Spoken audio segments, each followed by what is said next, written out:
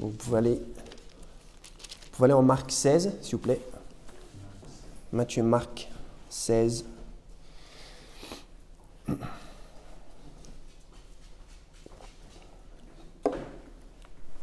Marc 16, je vais lire la fin du chapitre. À partir du verset 17. Suivez silencieusement.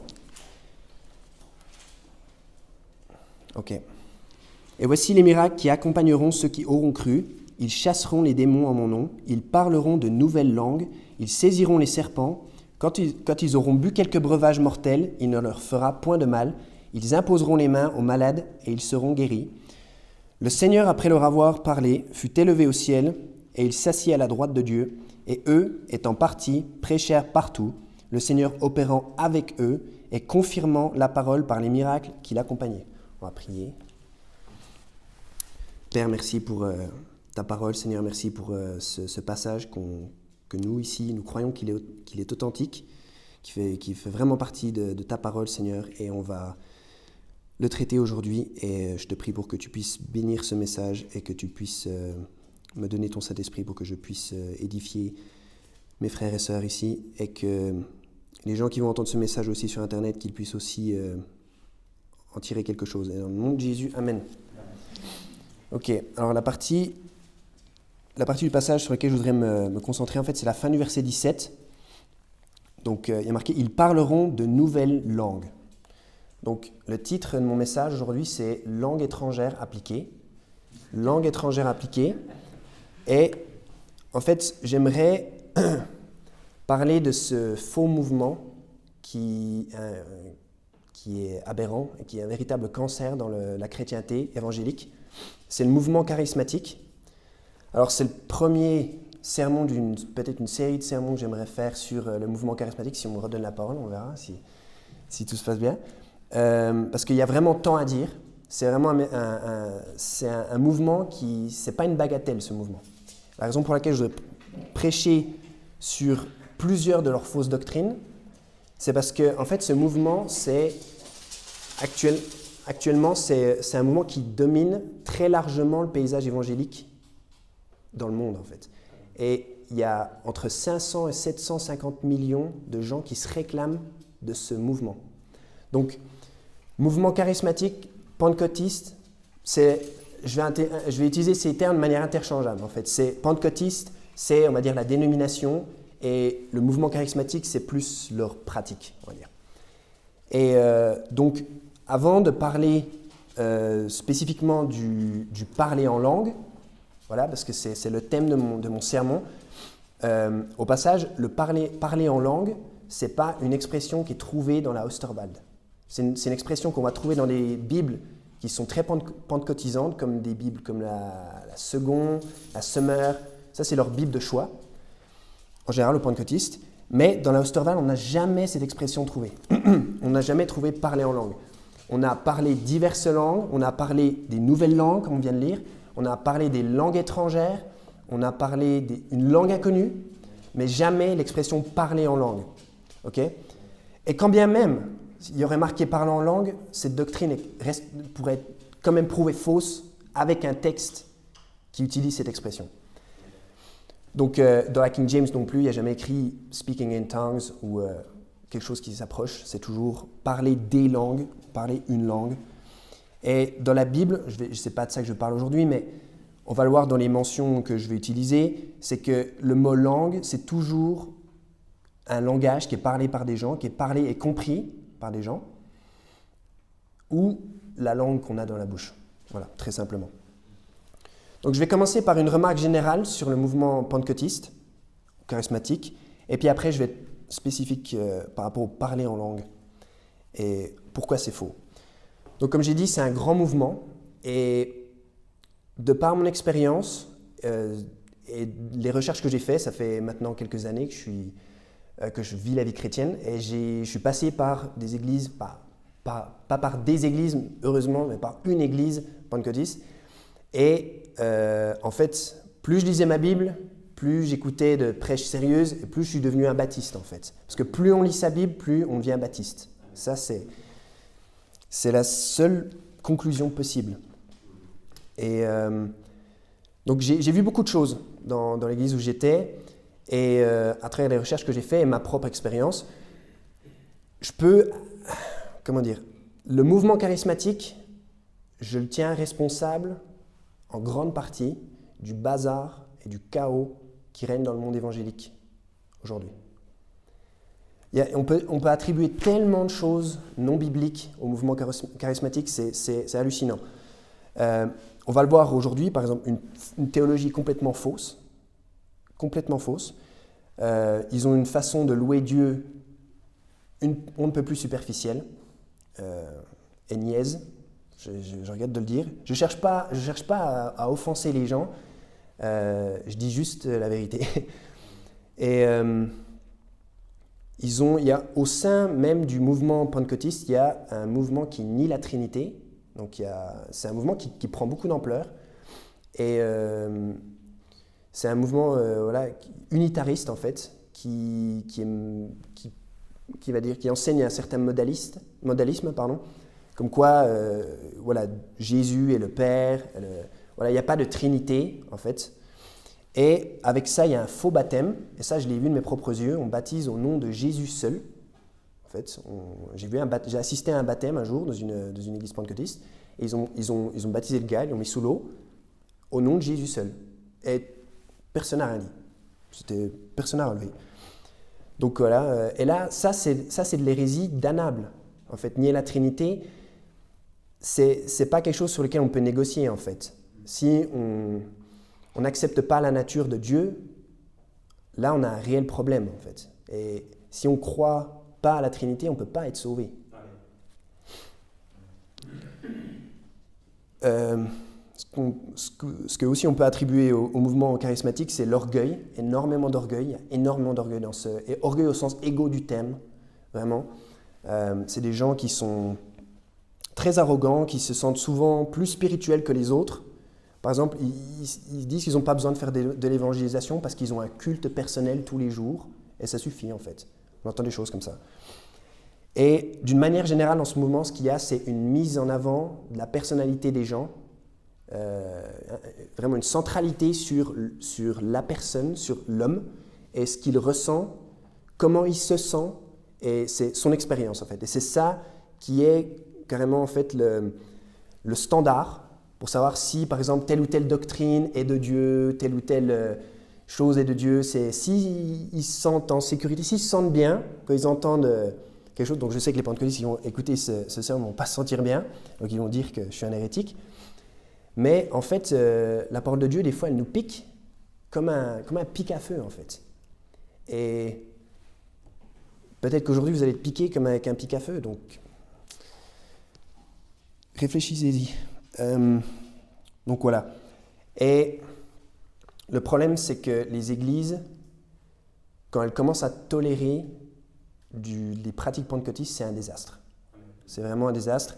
Et en fait, je vais vous raconter un petit peu l'histoire du mouvement, très brièvement. C'est un mouvement parce que je n'ai même pas défini ce qu'il croit concrètement, c'est qu'au tournant du XXe siècle, il y aurait eu un grand réveil et Dieu, en fait, aurait rétabli les offices apostatiques et les dons miraculeux. En fait, voilà, c'est toutes ces choses, ces manifestations qu'on voit dans les Actes, qu'on voit dans le Nouveau Testament, seraient revenues. Et c'est comme ça que le mouvement pentecôtiste est né. Mais en fait, si vous voulez, au départ, c'était vraiment, c'était vraiment contenu dans sa cage pentecôtiste, en fait, le mouvement charismatique. Parce que tout le monde regardait ça, et leurs soi-disant miracles, et leurs manifestations, tout ça. Et c'est tellement historiquement, normativement, scripturalement faux, que toute la chrétienté, qu'on soit, qu'on soit grec orthodoxe jusqu'à nous, et tout ce qu'il y a entre, tout le monde les regardait en disant « ils sont fous, quoi ». Personne n'a jamais cru qu'aujourd'hui il y avait des apôtres qui pouvaient ressusciter des gens, etc. en fait. Parce que, en fait, on a la parole. Dieu a tout dit, en fait. Amen. Vous voyez, à la fin de Apocalypse, chapitre 22, verset 21, c'est fini, en fait. Dieu nous a dit tout ce qu'il avait à dire. Et en fait, le mouvement charismatique prétend qu'il y a encore autre chose. Bon. Et donc, ce qui s'est passé, c'est que, comme j'ai dit, au bout d'un moment, en fait, dans les années 50, concrètement, ce mouvement charismatique est sorti de sa cage et au moment où un pasteur d'une église épiscopale en Californie a reçu le baptême du Saint-Esprit, en fait, il s'est mis à trembler puis à parler en langue. Et quand les gens ont vu ça, ils se sont dit « Waouh, c'est peut-être vrai, quoi. » Vu que c'est une dénomination plus mainstream et beaucoup plus populaire, on va dire, que le pentecôtisme à l'époque, parce que le pentecôtisme, c'était vraiment pas populaire, quoi. Parce que les gars, en fait, ils parlaient en langue et tout ça. Donc, parler en langue, concrètement, c'est parler de manière extatique et faire des bruits avec sa bouche que soi-même, on ne comprend pas. Et en fait, tout le monde disait « Ouais, ils sont fous. » Ils disaient « Non, non, non. En fait, ils parlent chinois. » Donc, au début du XXe siècle, ils parlent chinois, en fait. Et ils ont envoyé des milliers de missionnaires en Chine en disant « Non, mais ils n'ont même pas besoin d'apprendre le chinois parce que vous verrez, ils vont pouvoir parler la langue là-bas de manière super naturelle. » Ils sont arrivés en Chine et ils ont montré ce que c'était la chrétienté aux Chinois. Et voilà, et j'ai fait des recherches et le mouvement pentecôtiste, c'est rempli d'anecdotes toutes plus pathétiques les unes que les autres. Vraiment, Et donc, voilà, ça a quand même pris de l'ampleur dès que ce pasteur s'est mis à trembler partout. Et puis après, du coup, voilà, sa congrégation a commencé à tolérer ça et d'autres ont vu ça. Et vu que c'est les anglicans, ça s'est propagé chez les protestants et le reste, voilà. Et on en est là aujourd'hui, quoi. Je suis obligé de prêcher là-dessus. Et donc... Comme j'ai dit, en fait, c'est un mouvement qui contamine même les églises, par exemple, baptistes. J'étais en France dans une église baptiste, et alors que c'est marrant parce qu'il y a une ADD de l'autre côté de la rue, bien plus grande, où on ne fait pas les choses que font les baptistes qui embêtent les pentecôtistes. Mais ils doivent aller dans une église baptiste pour imposer leur façon de faire. Et en fait, petit à petit, ce qui se passe, c'est quand c'est une église morte, elle se fait attaquer, puis c'est comme un cancer. Et petit à petit, il n'y avait déjà pas d'évangélisation, mais les choses s'empirent. On va varier les recueils, on va arrêter de chanter juste « À toi la gloire », on va se mettre debout, puis après on va lever les mains, puis après on va danser un peu, et puis après on va amener une batterie, puis après on va amener une guitare électrique, et puis après on va faire… la louange va durer de plus en plus longtemps, vous voyez ? Et c'est un désastre en fait, parce que c'est un mouvement, il faut savoir, qui je parlais d'orgueil tout à l'heure, c'est un mouvement qui exige d'être toléré et d'être accepté dans les églises et qui s'impose par la force. Et ce qui est vraiment dramatique, c'est que ce mouvement, malheureusement, ça me met vraiment hors de moi, ça a redéfini en fait l'image du monde évangélique dans la tête des gens. Et même moi, je me méfiais. J'avais plus confiance en l'Église catholique quand j'ai été sauvé. Je ne vais pas en parler de ça, mais je savais pas. En fait, j'ignorais le monde évangélique. Je savais qu'il y avait des protestants, mais je me disais ça, c'est dans le nord de l'Europe et en Allemagne, pas vers chez moi. Donc, je suis allé à l'Église catholique. Bon, j'ai pas pu rester bien longtemps parce que j'y croyais pas, mais je connaissais un petit peu les églises évangéliques. Mais pour moi, les évangéliques, c'était les compilations que j'avais vues sur YouTube, avec les gens qui se roulent par terre et qui hurlent, et c'est le cirque Pinder, quoi. Tu vois ? Et moi, je me méfiais, quoi. Je me méfiais, j'étais là, pour moi, c'est de la folie, quoi.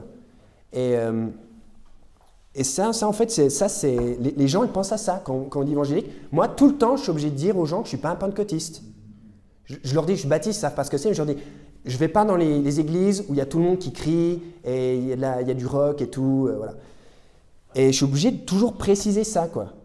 Ça me fait vraiment bouillir le sang. Et c'est très destructeur, ce mouvement pour les gens, parce qu'en fait, c'est un mouvement qui promet des guérisons, des conversions, qui promet littéralement monts et miracles, et ça ne peut pas tenir ses promesses. Et du coup, les gens qui entrent dans ce mouvement ne cherchant pas la vérité, cherchant justement un Jésus qui fait du bien, la porte ouverte de Mulhouse et toutes ces bêtises. Les gens qui vont là-dedans, en fait, on leur promet des choses et ça ne se passe pas. Et en fait, la personne, leur proche va mourir du cancer, il n'y aura pas de guérison miraculeuse. Et les gens, en fait, sortent de ce mouvement-là et ils ont vraiment beaucoup d'amertume, en fait, envers la chrétienté. Parce qu'après, c'est toujours Jésus sur qui on met la faute. Vous voyez, parce qu'ils promettent des choses. Après, ils disent aux gens, « Ouais, mais vous n'avez pas assez de foi. » Puis les gens, en fait, ils se disent, « Ah ben, qu'est-ce que c'est que ce Dieu, quoi ?» Et voilà, ils traînent la réputation de la chrétienté dans la boue. Ils promettent des choses à des gens qui ne se passent pas. Et du coup, c'est Jésus et sa réputation qui en pâtit. Et la vraie chrétienté. Et moi, j'ai été vraiment très méfiant à l'égard des églises.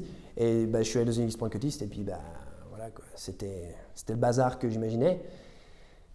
Et voilà, j'ai pas été déçu, on va dire. Et donc, non. En fait, ce que la Bible enseigne, et ce que nous on croit, c'est que Dieu est cessationniste. En fait, que ses dons miraculeux et ses offices, le fait d'être apôtre, ça c'est fini. C'est fini. Aujourd'hui, on a quelque chose de mieux que l'apôtre Paul en chair et en os avec nous. On a la parole de Dieu. On l'a en entière avec nous. On peut l'avoir comme ça, dans toutes les langues qu'on veut. Et c'est bien plus sûr que ce qui se passe dans les actes ou dans cette ambiance-là, en fait. Nous, on a la parole maintenant. Donc, voilà, pour mettre le contexte. En fait, si je prêche sur ce mouvement charismatique, c'est parce que, en fait, les charismatiques ne sont pas sauvés, en fait. Les pentecôtistes ne sont pas sauvés. Si vous parlez avec les pentecôtistes, en fait, ils pensent tous qu'on peut perdre son salut.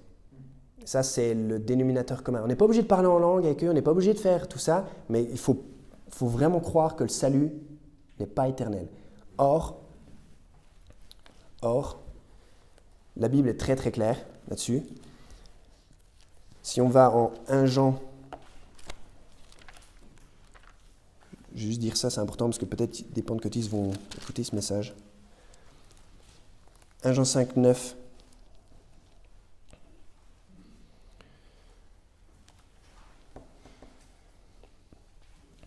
Si nous recevons le témoignage des hommes, le témoignage de Dieu est d'un plus grand poids. Or, c'est là le témoignage que Dieu a rendu de son Fils. Celui qui croit au Fils de Dieu a le témoignage de Dieu en lui-même. Celui qui ne croit point Dieu le fait menteur, puisqu'il n'a pas cru au témoignage que Dieu a rendu de son Fils. Et voici le témoignage, c'est que Dieu nous a donné la vie éternelle, et cette vie est dans son Fils. Là, c'est très clair qu'en fait, Dieu nous a donné la vie éternelle, et il faut croire que Dieu nous a donné la vie éternelle pour être sauvés. Et la vie éternelle, ça veut dire éternelle. Éternelle, ça ne veut pas dire temporaire. Donc, si on ne croit pas que Dieu nous a donné la vie éternelle, c'est marqué là noir sur blanc, on fait de Dieu un menteur. Parce qu'on n'a pas cru au témoignage qu'il a rendu de son Fils.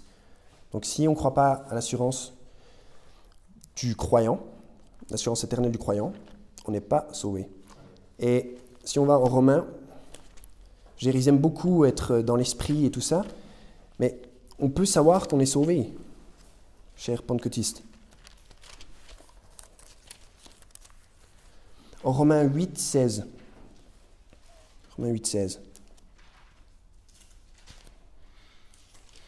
Romains 8, verset 16. C'est mon chapitre préféré de la Bible. On va lire le verset 15 aussi, parce qu'il est beau. « Car vous n'avez point reçu un esprit de servitude pour être encore dans la crainte. » Vous voyez, on n'est pas dans la crainte si on est en Christ, en fait. On n'a point reçu un esprit de servitude pour être encore dans la crainte, mais vous avez reçu un esprit d'adoption par lequel nous crions « Abba, Père ». Car l'Esprit lui-même rend témoignage à notre esprit que nous sommes enfants de Dieu.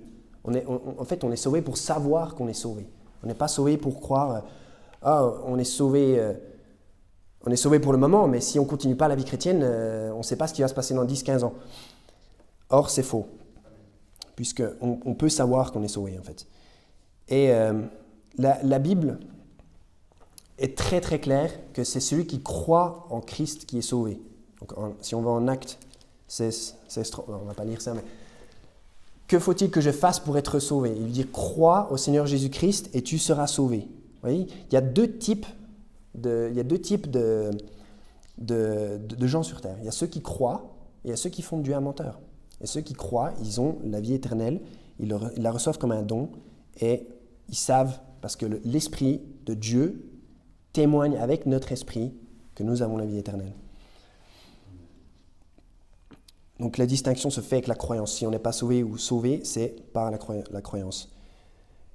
Et je veux dire, qu'est-ce qu'on a chanté là, il y a quelques minutes là. On a chanté « Tel que je suis, sans rien à moi, sinon ton sang versé pour moi ». Qu'est-ce que j'aime cette chanson? Donc, ok.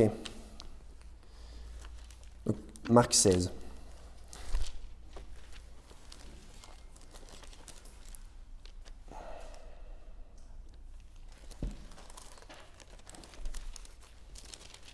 Donc Marc 16, ça va être le socle du sermon, parce que c'est un passage qu'ils utilisent pour en fait défendre cette idée que ceux qui auront cru, normalement, parce qu'en fait ils lisent, verset 17, ils disent « Voici les miracles qui accompagneront ceux qui auront cru ». Donc il y a toute une liste de choses que normalement ceux qui auront cru vont faire. Et donc en fait ils disent « Voilà, vous voyez, si on a vraiment cru, on va être capable de faire ça ».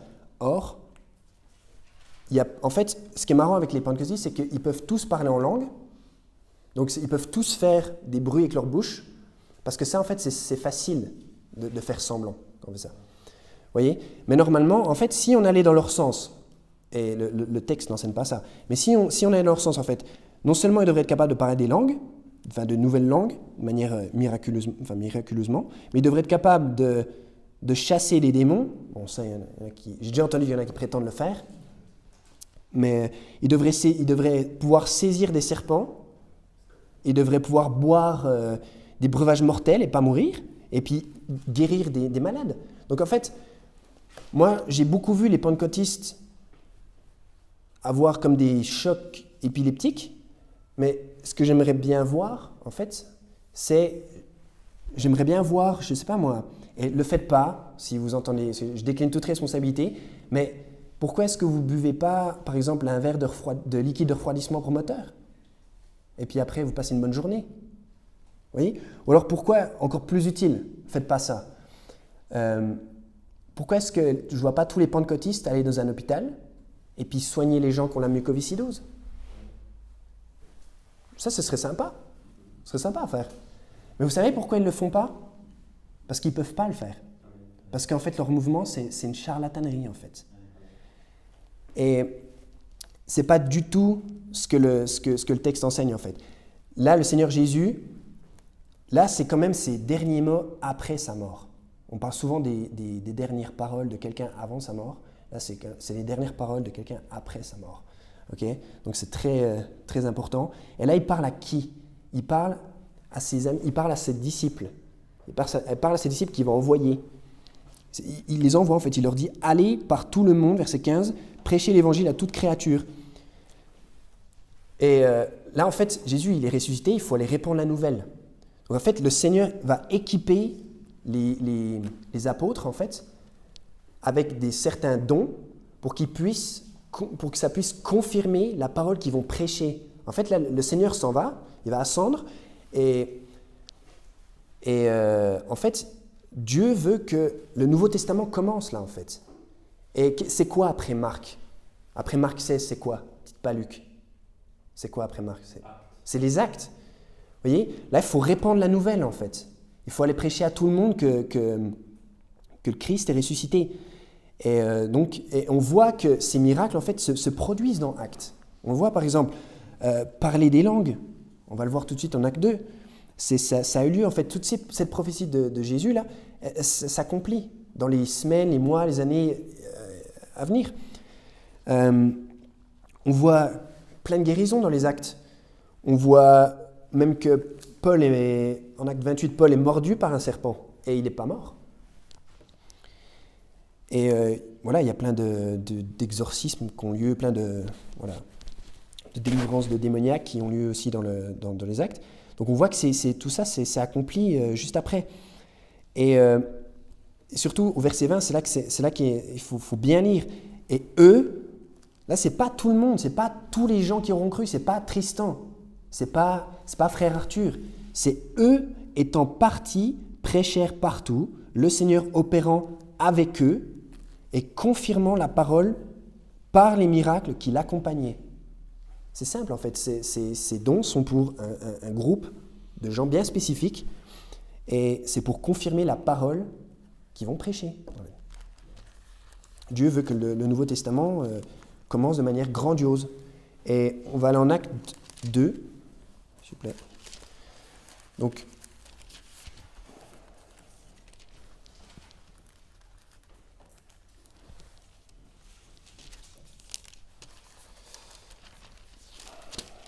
acte 2, le chapitre sur la Pentecôte. Ils s'appellent les pentecôtistes et en fait ils s'appellent les pentecôtistes à cause du jour de la Pentecôte.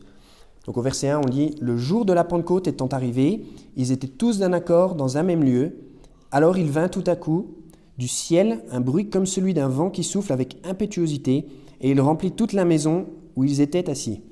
Et il leur apparut des langues séparées comme de feu qui se posèrent sur chacun d'eux. » Ok.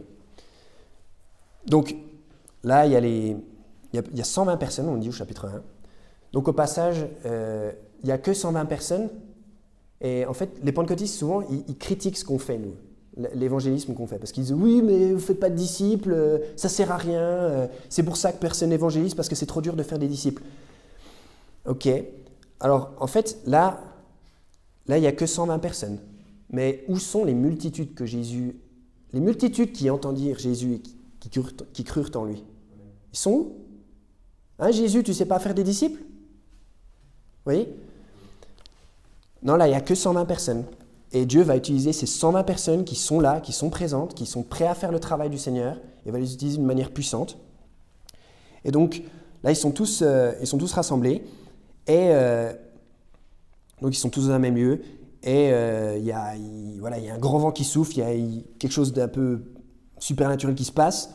Et ils se mettent à parler des langues séparées comme de feu qui se posèrent sur chacun d'eux. Et c'est là, ils s'appuient là-dessus, ils sont là, ah voilà, des langues comme de feu. Ça y est, c'est comme quand nous on fait c'est ça, en fait, c'est des langues de feu. En fait, non, c'est des langues séparées comme de feu. En fait, comment dire? En fait, quand on parle des langues étrangères, en fait, des langues, là, c'est par rapport à la position de la langue. En fait, il y a des langues qui utilisent une position dans par exemple, en français, on n'utilise pas la langue. Là, je parle de l'organe dans la bouche. On n'utilise pas de la même manière que quand on parle anglais. Par exemple, il y a une consonne, il y a un son qu'on fait en anglais qu'on n'a pas en français. C'est le TH, okay, le son TH. Donc quand on fait ce son, en fait, la langue, elle sort un peu. On la place sous les incisives et elle sort un petit peu. Voyez? Et il y a plein d'autres langues comme ça. Si Kirsten était là, elle pourrait confirmer ça. En danois, il y a aussi il se trouve que je parle un petit peu danois. Et il y a un dessert qui est très dur à prononcer, c'est re, gre, me, fleu. Ok, wow, une expérience charismatique. Non, en fait, ça veut dire, c'est un dessert avec des fruits rouges, c'est avec de la crème, c'est bon. Tu demanderas à Kirsten qu'elle t'en fasse, frère. Et en fait, pour bien prononcer le D en danois, il faut faire sortir un peu la langue. Et moi, on m'avait appris qu'il fallait faire toucher la langue, le bout de la langue, il fallait qu'il touche en fait le doigt. Pour bien prononcer, pour dire re, gre, me, fleu. Bref. Et ça y est, je suis rempli du Saint-Esprit. Et donc, vous voyez, en fait, la langue sort. Et c'est un petit peu comme des langues comme de feu. Enfin, c'est poétique. Enfin, moi, j'interprète ça. Je me dis, ça peut être par rapport aux langues qui se mettent à parler. C'est des langues séparées, c'est des autres langues. Et peut-être le grec aussi est comme ça. Le grec, il y a ce son. Je ne parle pas grec du tout, mais j'ai déjà entendu des Grecs parler. Il y a ce son en espagnol aussi. Et la langue qui sort, et peut-être pour ces Galiléens-là, c'était des sons qui était un petit peu étrange pour eux. Voilà, donc en fait, ça fait un petit peu comme la langue qui sort, comme ça fait un peu comme une flamme. Vous voyez, une flamme, des fois, ça ressemble un peu à une langue, comme la langue d'un animal. C'est un peu poétique. Ou alors, peut-être qu'il parle comme de feu parce qu'il prêchait, enfin, il parlait avec autorité, il parlait avec de la puissance, en fait. C'est une manifestation puissante qui se passe là. Ce pas des gars qui balbutient, qui commencent, qui sont débutants sur Duolingo. C'est pas ça. Et verset 4, il y a marqué « Ils furent tous remplis du Saint-Esprit et ils commencèrent à parler des langues étrangères selon que l'Esprit les faisait parler. » Donc, ok, quand on lit « langue étrangère », ok, encore une fois, dans la Bible, Louis II, ce sera parler en langue. Mais là, il y a marqué des langues étrangères. Quand on pense à langue étrangère, moi j'ai fait des études en langue étrangère appliquée. Je crois que frère Stéphane aussi. Je ne sais pas pour toi, mais en tout cas, moi, je n'ai pas fait un cursus charismatique du tout, quoi. Et non, quand on entend langue étrangère, en fait, on pense à l'allemand, au néerlandais, à l'espagnol, l'anglais. On ne pense pas à... Ça, c'est étrange. C'est pas une langue étrangère, c'est une langue c'est étrange. Là, ici, il y a marqué langue étrangère, selon que l'Esprit les faisait parler. Donc, les mecs, ils parlent. Vous voyez, ils disent des choses cohérentes. Parce que quand vous parlez avec les pentecôtistes, en fait, ils ne savent pas ce qu'ils disent. Moi, la première fois que je suis dans une église pentecôtiste, c'était un groupe de jeunes. Donc, après le concert de rock, il y a eu ce moment où, en fait, ils t'invitent pour prier. Et il y a un gars qui... moi, j'y suis allé parce que j'étais naïf. C'est il y a quelques années. Je suis allé pour qu'il prie pour moi. Je me suis dit, bon, c'est gentil. Et j'y vais, et il pose sa main sur moi, et il se met à parler en charabia. Et là, je me dis, waouh, il parle latin.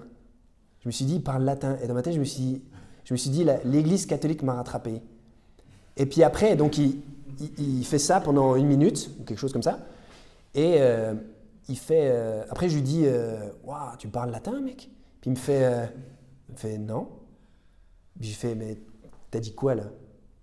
Puis il fait, c'était quoi? C'était quelle langue? Tu parles quelle langue? Il fait, ça, c'est pas une langue qui existe, c'est une langue céleste. Je fais, ok, mais t'as dit quoi? Je fais, t'as dit quoi? Puis il me fait, je sais pas. Il n'y a que Dieu qui sait. Je lui dis, mais je lui dis, il est fou, quoi. Pourquoi il fait ça, quoi? Et donc voilà. Non, là, c'est des langues étrangères. Et en fait, on se dit, mais qu'est-ce qui se passe dans ce passage? Donc voilà, ça, c'est la version pentecôtiste. La version dans la Bible, c'est ça. Et là, l'explication, elle vient tout de suite. Verset 5. « Or, il y avait en séjour à Jérusalem des Juifs, hommes pieux de toutes les nations qui sont sous le ciel, et ce bruit ayant eu lieu. » Donc en fait, il y a des Juifs qui viennent de partout dans le monde. Ils viennent pour ce jour de la Pentecôte, pour cette célébration. Et en fait, Dieu choisit cette occasion pour faire ce miracle, en fait. Et déjà, ça prouve que la religion, là en l'occurrence la religion mosaïque, le vrai judaïsme, était présent dans toutes les nations sous le soleil, sous le ciel. C'est ce que dit la Bible, voyez. Et donc en fait, ces Juifs, ils viennent en pèlerinage à Jérusalem pour entendre, pour célébrer. Et c'est le moment pour eux d'entendre l'Évangile. Et ce bruit ayant eu lieu, il s'assembla une multitude qui fut confondue de ce que chacun les entendait parler dans sa propre langue. Donc là, le miracle, c'est que, en fait déjà, ce qui se passe, c'est qu'ils les entendent parler. C'était pas comme moi, où le gars, il parlait quelque chose que je ne comprenais pas. Là, ils entendent quelque chose et ils comprennent ce qu'ils entendent, en fait. Et c'est ça qui est miraculeux. Et ils sont d'ailleurs dans l'admiration. Ils en étaient tous hors d'eux-mêmes, et dans l'admiration, se disant les uns les autres, ces gens-là qui parlent, ne sont-ils pas tous galiléens? Parce qu'en fait, ils ne s'attendaient pas à ce que des locaux parlent ces dialectes lointains. Il y avait toutes les nations sous le ciel. Donc ça se trouve, il y avait peut-être des langues vraiment, des langues comme des langues de feu, quoi, du style des ancêtres des langues germaniques ou des trucs pour des gens de la Méditerranée vraiment barbares et vraiment improbables. Et donc, en fait, ces juifs-là, ils entendent donc, tous ces gens parler dans leur langue, tous ces locaux. Ils disent, comment donc les entendons-nous, chacun dans la propre langue du pays où nous sommes nés, donc dans leur langue maternelle. Après, ils nous donnent une liste de langues. Donc, il y a Parthes, Mèdes, Élamites et ceux qui habitent, enfin, c'est là d'où ils viennent, en fait. Ceux qui habitent dans la Mésopotamie, la Judée, la Cappadoce, le Pont et l'Asie, la Phrygie, la Pamphylie, l'Égypte et les quartiers de la Libye, qui est près de Cyrène, et les étrangers romains, juifs et prosélytes crétois et arabes, nous les entendons parler en nos langues des merveilles de Dieu. Donc c'est des langues qui existent déjà. C'est des langues qui n'existent plus, sûrement, qui ont fusionné, qui sont devenues d'autres langues, mais c'est des langues que des gens parlaient. Et ils entendent quoi? Le but ici, c'est que des gens soient sauvés, en fait. Parce qu'ils entendent parler des merveilles de Dieu. Et on est au début des actes, de quelle merveille il s'agit, en fait? Il s'agit de la résurrection du Christ, en fait. Il s'agit de l'Évangile. Ces gens-là, en fait, Dieu permet qu'ils entendent l'Évangile dans leur langue maternelle. Après, ils vont retourner chez eux et ils auront un témoignage vraiment puissant. Ils auront... Je ne sais pas comment expliquer, ça doit être tellement émouvant en fait d'être eux et d'être loin de chez soi et d'entendre l'évangile, déjà cette merveille, et de l'entendre dans sa propre langue. C'est inattendu, c'est merveilleux en fait. Et c'est un passage merveilleux. Et donc le but c'est que des gens soient sauvés en fait. C'est pas que des gens aient une espèce d'expérience où tout le monde est hors de soi et extatique et tout ça quoi. Non. Et ça, c'est ce que pensent les gens qui regardent, en fait. Ils pensent même qu'ils ont bu, en fait. Ils disent, ouais, ils sont bourrés. Et donc voilà. La nouvelle se répand, Jésus est ressuscité. C'est ça, en fait, qui est central dans ce passage. Et on peut aller en Acte 10. Acte 10, il y a un bref passage où là, il se passe... Là, en fait, ce coup-ci, c'est des gentils. C'est les gentils en fait qui reçoivent aussi ce don, qui se mettent aussi à parler en d'autres langues. Verset 45, « Et tous les fidèles circoncis qui étaient venus avec Pierre furent étonnés de ce que le don du Saint-Esprit était aussi répandu sur les gentils, car ils les entendaient parler diverses langues et glorifier Dieu. » Encore une fois, voilà. Ce coup-ci, c'est pas que pour les Juifs, c'est aussi pour les gentils. Et ils se mettent à parler, ils se mettent à évangéliser, à prêcher l'Évangile dans des langues qu'ils ne connaissaient pas, par l'action du Saint-Esprit, confirmant la parole qui les accompagnait. Donc, là, c'est un miracle pour les Juifs, en fait. Acte 19.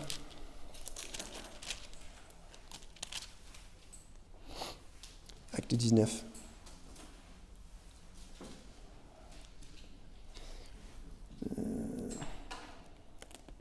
Encore une fois, encore une mention de ça. Paul prêche, et après que Paul, alors verset 6, après que Paul leur ait imposé les mains, aux gens qui ont écouté la prédication, le Saint-Esprit descendit sur eux, et ils parlaient diverses langues et prophétisaient. Encore une fois, ils parlent des langues, et ils parlent diverses langues, et qu'est-ce qu'ils font? Ils prophétisent. Et la prophétiser, c'est pas, parce que les charismatiques vont dire, ouais, prophétiser, ça veut dire, c'est prédire telle ou telle chose dans l'avenir, en fait.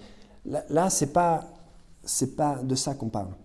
Là, on parle de... En fait, c'est prophétiser dans le sens prêcher. Vous voyez?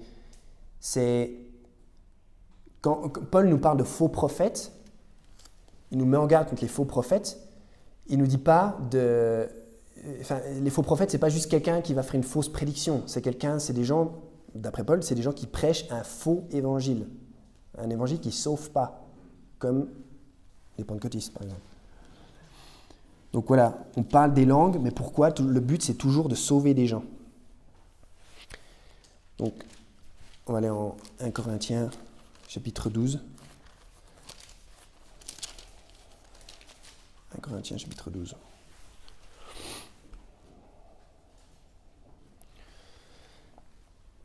Donc, ça c'est Corinthiens 1 Corinthiens chapitre 12, c'est un passage sur les dons, la diversité des dons. Donc, il y a une diversité de dons, mais il y a un seul Dieu, en fait. Et tout le monde n'a pas tous les dons. Il y a des gens qui ont des dons pour les langues, il y en a qui n'ont pas ces dons-là, en fait.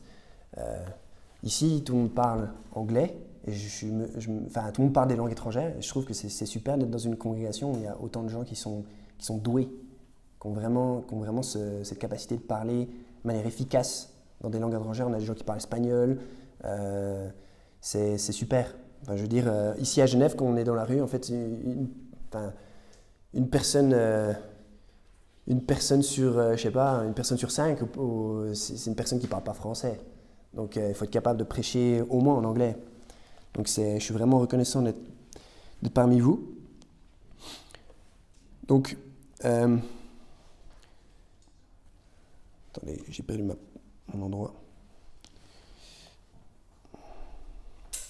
Et à la fin, au chapitre 28, au verset 28, pardon, verset 29, il y a marqué « Tous sont-ils apôtres? Tous sont-ils prophètes? Tous sont-ils docteurs ?» Et la réponse à cette question, c'est non. Hein.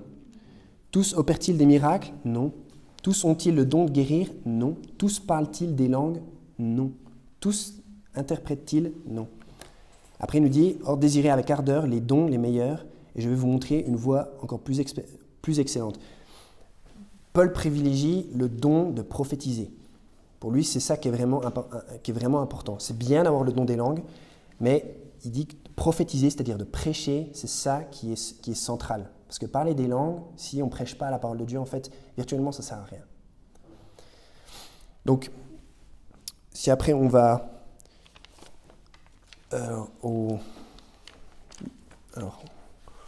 alors juste après au chapitre 13, au début il y a marqué « Quand je parlerai des langues des hommes, même des anges, si je n'ai point la charité, je suis comme l'airain qui résonne ou comme une cymbale qui retentit. » Et là, en fait, les pentecôtistes, ils prennent ce passage, ils disent, voilà, en fait, ce n'est pas les langues des hommes, on parle aussi les langues des anges. Et les langues des anges, c'est et tous ces trucs. Et en fait, c'est simplement pas vrai, en fait, parce que les anges, ils parlent les mêmes langues que nous, dans la Bible en tout cas. Je ne sais pas quels anges ils rencontrent, mais en tout cas, les anges de la Bible, ils parlent les mêmes langues que nous.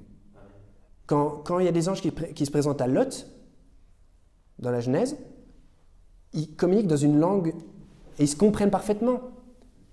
Et personne n'est en train de rouler par terre. Enfin, c'est plus, à mon avis, les habitants de Sodome et Gomorrhe qui feraient ça.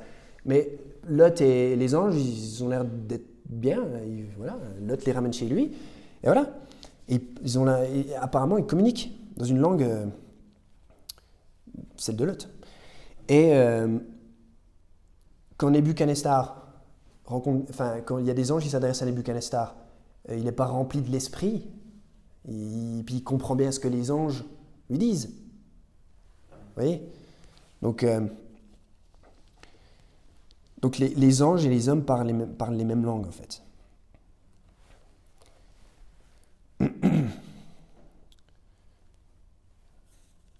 Ok.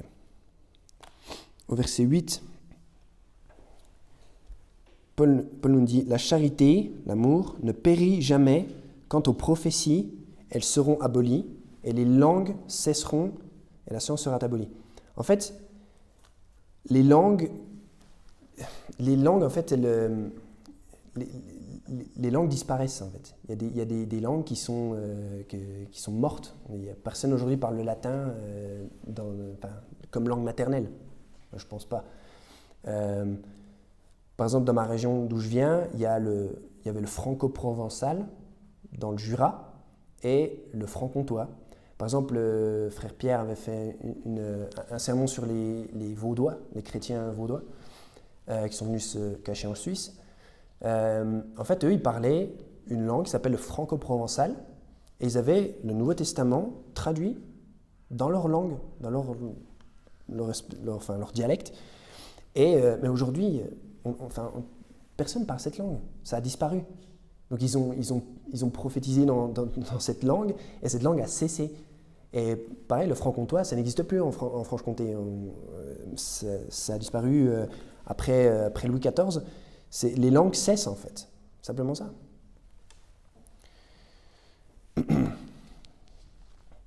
Donc après, Paul nous dit, étudiez-vous, au chapitre 14, verset 1, étudiez-vous à la charité, désirez aussi avec ardeur les dons spirituels, mais surtout celui de prophétiser. Car celui qui parle une langue inconnue ne parle pas aux hommes, mais à Dieu, puisque personne ne l'entend, et qu'il prononce des mystères en son esprit. Ok, donc voilà, une langue inconnue. En fait, quand on parle une langue inconnue, pourquoi il y a marqué inconnu en fait? Lui, il parle une langue inconnue pour celui qui l'entend. En fait. C'est comme si là, je me mettais à prêcher en danois. Je dirais des mystères pour vous. Dieu comprend le danois, pas de souci. Mais si je n'interprète pas ce que je dis, en fait, ça ne sert à rien. C'est pas ça prêcher, en fait. Et donc, en fait, Dieu nous demande d'édifier l'assemblée en prophétisant. Donc, celui qui prophétise, verset 3, édifie, exhorte et console les hommes par ses paroles. Celui qui parle une langue s'édifie lui-même, mais celui qui prophétise édifie l'Église. Vous voyez ? Il faut parler une langue. Enfin, c'est presque énervant parce que c'est des choses tellement basiques. En fait, là, je parle une langue que vous comprenez. En fait, je m'efforce de dire des choses pour qu'on se comprenne.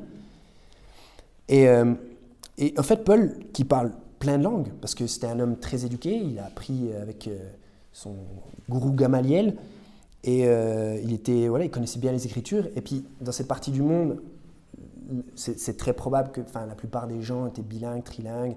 Je veux dire, il écrit à des gens en Grèce, il écrit à des Romains, il est citoyen romain. Le gars, il parle sûrement le latin, le grec, ces dialectes de Jérusalem.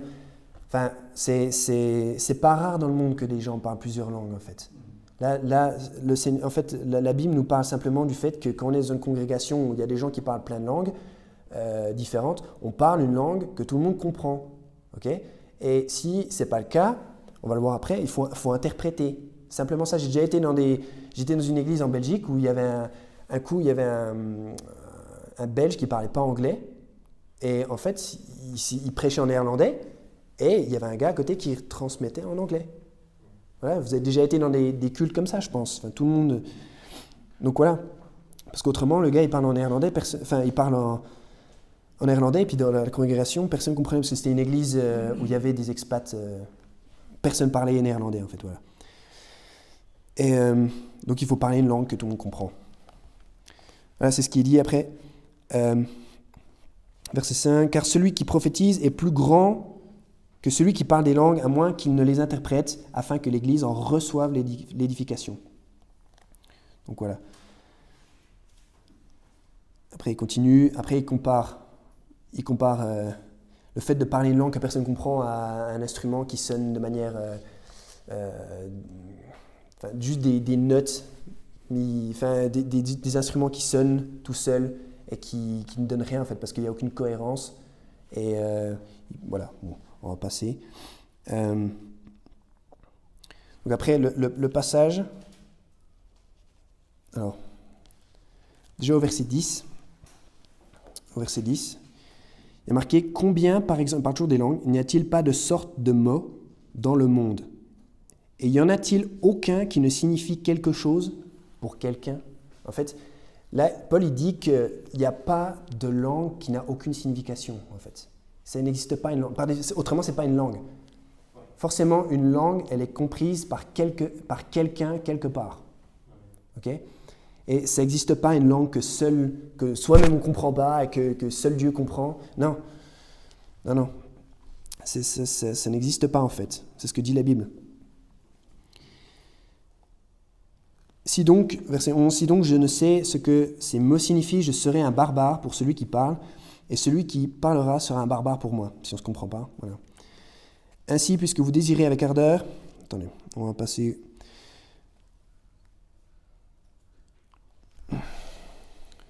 Ok. Verset 14. « Car si je prie dans une langue, mon esprit prie, mais mon intelligence est sans fruit. Donc, en fait, ils utilisent ce verset, les pentecôtistes, beaucoup pour dire qu'en fait, ils prient dans l'esprit. En fait, c'est la langue des anges, et ils prient par l'esprit, ils sont connectés avec Dieu, et c'est pour justement ne plus penser. Je ne vois pas quand Dieu nous demande de ne plus penser. Je prierai par l'esprit, mais je prierai aussi... Alors, il dit, en fait, si on prie dans une langue,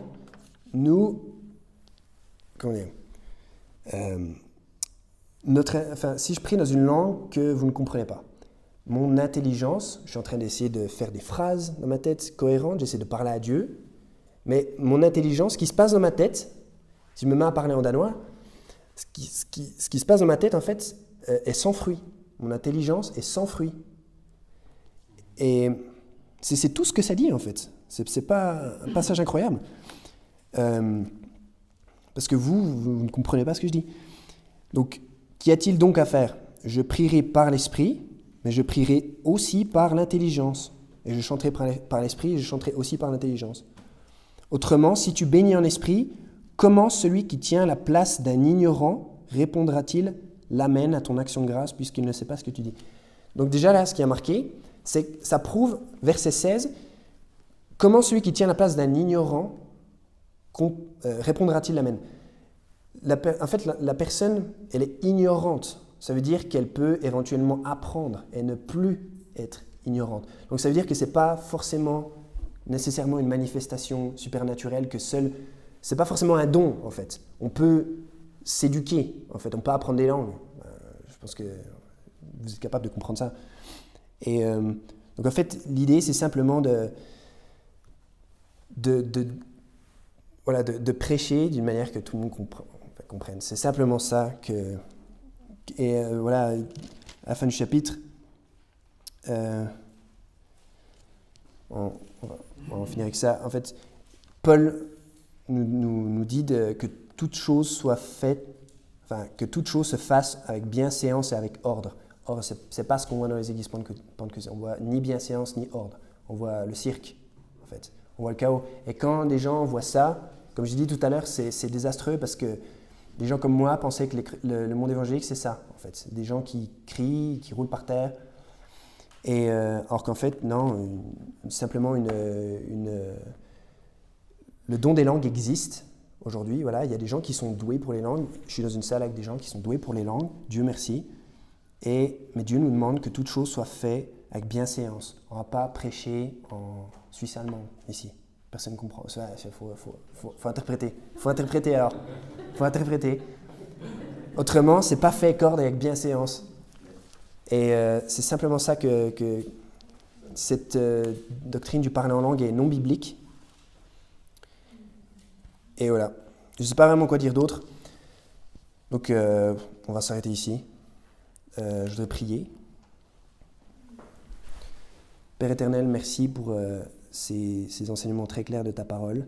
Merci parce qu'aujourd'hui, on a ta parole dans son entièreté, Seigneur. Et ça, c'est le vrai miracle. Et le vrai miracle, surtout, Seigneur, c'est que des gens se convertissent et sont sauvés, croient en toi. Et c'est vraiment le miracle qu'on cherche aujourd'hui. On n'a plus besoin de ces manifestations supernaturelles.